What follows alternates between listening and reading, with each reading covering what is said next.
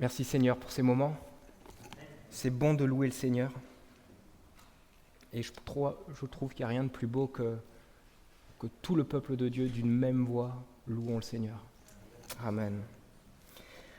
Ce soir, on va être dans le jeûne et la prière. Ça va être un moment où, par habitude, on va aussi prier pour divers sujets, une orientation divine. Ça peut être des moments de supplication, des moments aussi de repentance, de toutes sortes de choses. Mais pour qu'un jeûne soit efficace, un jeûne et prière soient efficaces, nous avons besoin d'une chose très importante. C'est savoir qui nous sommes en Christ. Quelle est notre identité en Jésus-Christ. Et alors peut-être le titre du message s'affiche.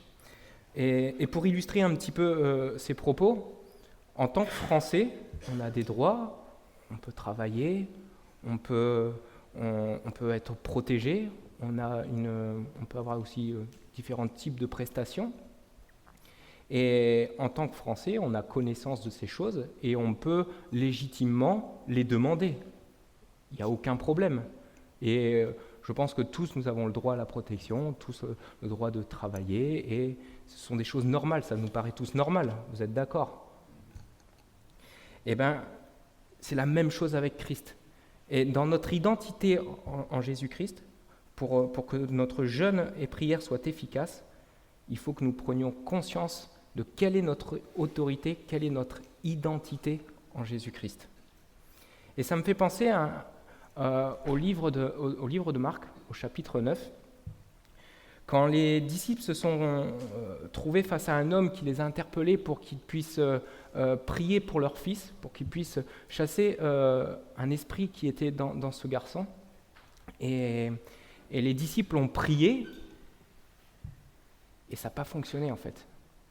Et du coup, ils ont été voir Jésus, et Jésus, il leur a dit, voilà, il était un petit peu, je ne vais pas dire en colère, mais voilà, génération incrédule, jusqu'à quand je vais être avec vous?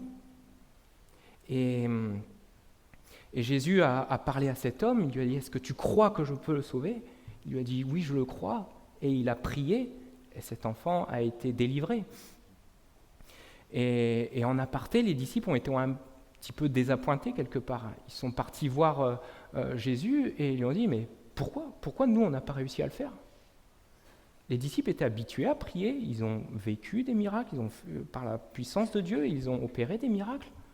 Et là, ils ont prié et ça n'a pas fonctionné. Et Jésus leur a dit, cette espèce-là ne peut sortir que par la prière et le jeûne. Mais quand Jésus leur a dit ça ne voulait pas dire que quand ils se trouvent dans une situation comme ça, attends, on va prier, jeûner, on reviendra après. Et non, ils devaient être prêts. Ils devaient être prêts pour pouvoir prendre l'autorité que Dieu leur avait donnée. Et là, en fait, ça nous révèle quoi? Que les disciples n'avaient pas vraiment connaissance, ne comprenaient pas encore toute la puissance que Dieu leur avait donnée et l'identité qu'ils avaient en Christ. Ils ne le comprenaient pas encore totalement. Et Jésus, lui, quand il a prié, il savait parfaitement qui il était, quelle était la puissance que le Père lui avait donnée, quelle autorité il avait, et en toute puissance, il a prié et chassé le démon.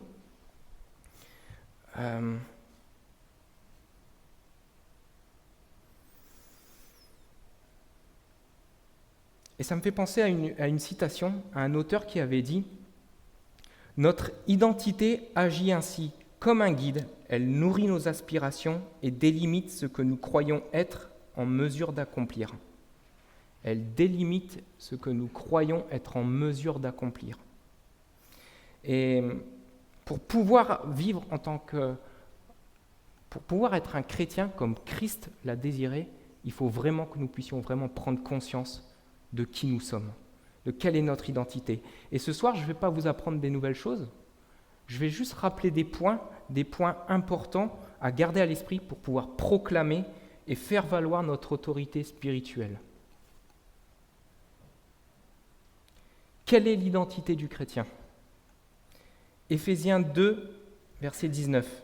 Ainsi donc, vous n'êtes plus des étrangers ni des résidents temporaires, vous êtes au contraire concitoyens des saints, membres de la famille de Dieu. Tous ceux qui reconnaissent Christ comme leur sauveur deviennent enfants de Dieu par le moyen de la foi. Ils sont sauvés, héritiers du royaume de Dieu, dans la mesure où ils décident suivre Christ, lui obéir et respecter ses prescriptions. En d'autres termes, si je le disais de manière très très simple, si nous croyons que Christ est notre sauveur, nous sommes enfants de Dieu et nous saisissons cette vérité par la foi. Et là, ça démarque déjà notre premier point de notre identité en Christ. Et en fait, cette conviction d'appartenir en Christ, elle va nous permettre de changer nos habitudes. Ça va changer nos habitudes, nos désirs, nos motivations. Et plus nous nous imprégnons de notre identité en Christ, plus nous nous enracinons dans le désir de lui plaire, plus nous nous enracinons dans le désir de le suivre, de le chercher. Et peut-être que toi, tu viens pour l'une ou les premières fois dans ce lieu, ou tu as déjà entendu parler de Dieu, mais la question de qui est Dieu pour toi, c'est quelque chose qui est encore un peu flou, quelque chose qui est un peu abstrait. Et j'aimerais te donner cette image. Dieu, c'est comme l'image d'un père qui aime ses enfants. Il a les bras toujours grands ouverts. Il est toujours là pour nous protéger, nous guider, nous diriger. Alors certes, quand on dit protéger, ça ne veut pas dire qu'il ne t'arrivera jamais rien, mais ça veut juste dire qu'il sera avec toi et t'aidera à passer de chaque épreuve. Et comment accepter cet amour ? Parce que l'amour qu'il dispense, ce n'est pas l'amour que l'on peut connaître dans le monde, c'est un amour qui est vraiment divin, qui est parfait. C'est quelque chose de très particulier que seul Christ peut donner. Et pour ça, il te suffit d'une chose très simple, simplement l'accepter. Le croire ici, là, sur ta chaise, quand tu pries, simplement l'inviter à venir dans ton cœur. Vraiment l'inviter et lui dire que si Christ est mort à la croix pour tes péchés, que tu l'acceptes, c'est comme une invitation pour lui à venir. Et il va te montrer son amour. Ça va être vraiment une expérience personnelle que tu vas vivre, une expérience entre lui et toi. C'est pas parce qu'on te le dit ici dans l'église ou une religion le dit, non, c'est une expérience personnelle que tu vivras. Et en fait, de là, tu vas vivre une nouvelle naissance. Si tu acceptes Christ dans ta vie comme le seul sauveur, tu vas vivre quelque part cette nouvelle naissance. Et cette nouvelle naissance va t'amener à une vie spirituelle qui sera plus profonde, plus vivante. Et Galates chapitre 4, versets 5 à 6, il sera noté « Pour racheter ceux qui étaient sous la loi, afin que nous recevions le statut d'enfants adoptifs, et parce que vous êtes ses fils, Dieu a envoyé dans votre cœur l'esprit de son Fils qui crie « Abba, Père ». Ainsi, tu n'es plus esclave, mais fils. Et si tu es fils, tu es aussi l'héritier de Dieu par Christ. Avant, dans l'Ancien Testament, il disait qu'il fallait respecter la loi, fais ci, fais ça, et si tu fais ça, tu seras sauvé. Dieu avait donné effectivement les lois, mais le but de la loi était simplement de nous rapprocher de Dieu, de comprendre qui il était. Et le fait que les hommes simplement obéissaient sans essayer de se rapprocher de Dieu, sans essayer de comprendre, juste en disant « je fais ci, je fais ça, et je serai sauvé », et en fait, Dieu n'était pas là, en fait, quelque part. Ils obéissaient simplement par habitude, par obéissance à une religiosité, à des règles bien définies, mais leur relation, leur cœur à cœur avec Dieu n'était plus là. Et Christ est venu sur terre, il s'est sacrifié à la croix, et par là, il a permis que nous soyons vraiment comme des enfants adoptifs. Pourquoi Paul emploie le thème de l'adoption ? En fait, quand nous sommes adoptés, on hérite d'un nom et aussi des biens. Quand celui qui nous adopte sera décédé, nous hériterons également de ses biens, mais on adopte aussi son nom. Et il en est de même pour le chrétien, nous héritons du nom de Christ. Et ce nom possède une autorité. Le nom de Christ a une autorité dans la vie spirituelle. Et ce n'est pas n'importe quel nom. Alors quand je parle d'autorité dans le nom de Jésus, Ça ne veut pas dire parce que tu prononces le nom de Jésus que tu es sauvé. Ce n'est pas une formule magique. C'est plutôt de la foi que tu mets dans le nom de Jésus. C'est ça qui te sauve. C'est ça qui te permet d'avoir la vie éternelle. C'est ça qui permet de mettre en action l'autorité que Dieu donne à travers son nom. Et nous sommes héritiers. Nous sommes adoptés. Nous bénéficions de ce nom par le cadeau que Jésus nous a fait. Mais le chrétien est appelé aussi à marcher par l'Esprit de Dieu. Ça fait partie de l'identité du chrétien, ça fait partie de sa marche, de marcher par son esprit. Mais ça veut dire quoi, marcher par l'Esprit de Dieu? Concrètement, ça veut dire quoi? Acte 1, verset 8. « Mais vous recevrez une puissance lorsque le Saint-Esprit viendra sur vous. Vous serez mes témoins à Jérusalem, dans toute la Judée, dans la Samarie et jusqu'aux extrémités de la terre. » Alors, la puissance décrite n'est pas uniquement dans l'extraordinaire.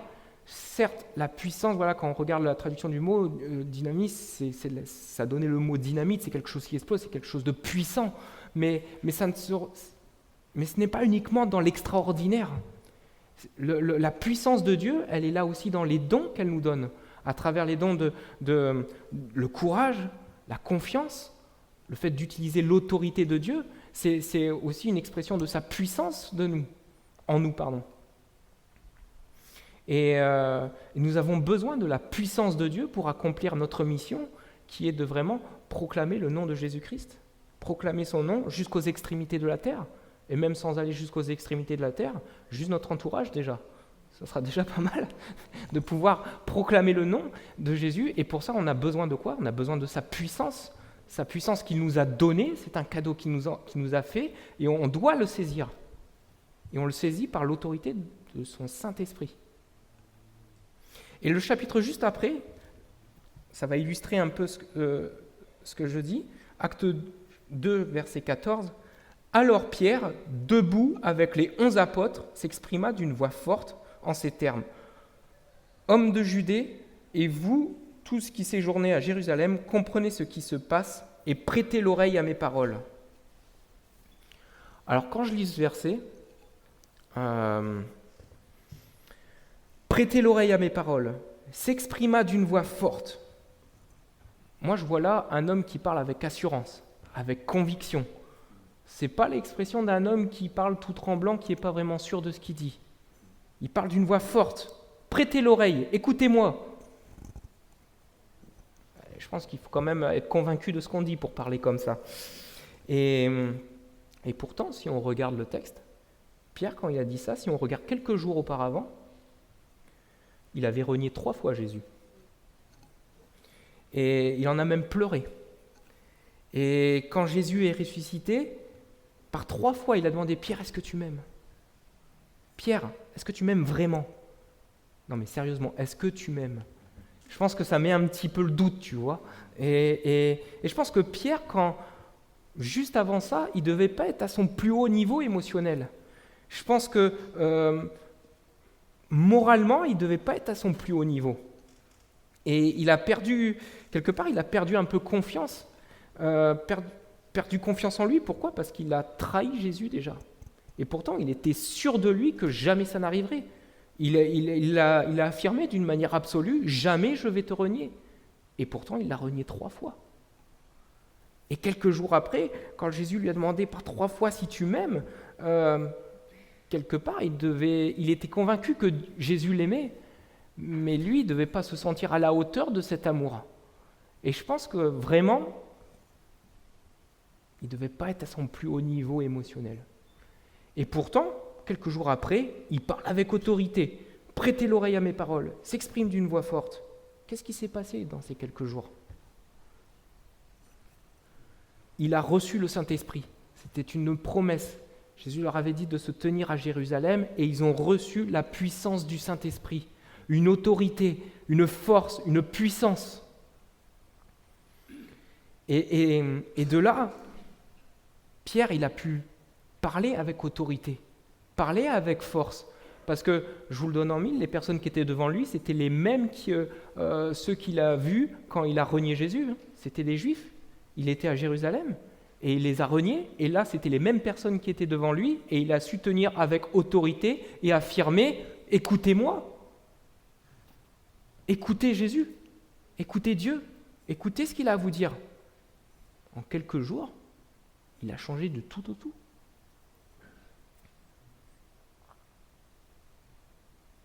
Et ça, c'est le Saint-Esprit. C'est le Saint-Esprit qui a communiqué à Pierre sa puissance, son autorité, sa force. Et peut-être que nous aussi, parfois, on peut vivre un petit peu dans cette culpabilité de se dire « Jésus, je suis sûr, je vais te suivre, je t'aime. Oui, bien sûr, je vais lire ta parole, je vais te prier, je vais faire ça. » Et puis au fur et à mesure des années, au fur et à mesure du temps, on se rend compte que nos convictions se sont un petit peu érodées. Et même bien plus grave que ça, ce dont on était sûr, on l'a abandonné, on a peut-être même péché et on s'est peut-être même éloigné de Dieu. Mais le Saint-Esprit, quand il est venu vers Pierre, il n'est pas venu à lui dire « Hé, t'as vu là, t'étais sûr de renier, t'étais sûr de suivre Jésus et tu l'as renié ?» Je ne pense pas qu'il s'y est pris de cette manière. Il n'a pas été en accusant Pierre. Il a été en le consolant, il l'a consolé, il lui a dit que c'est pas grave, je suis à tes côtés, le Seigneur te pardonne et je vais te donner cette force, je vais te donner cette capacité.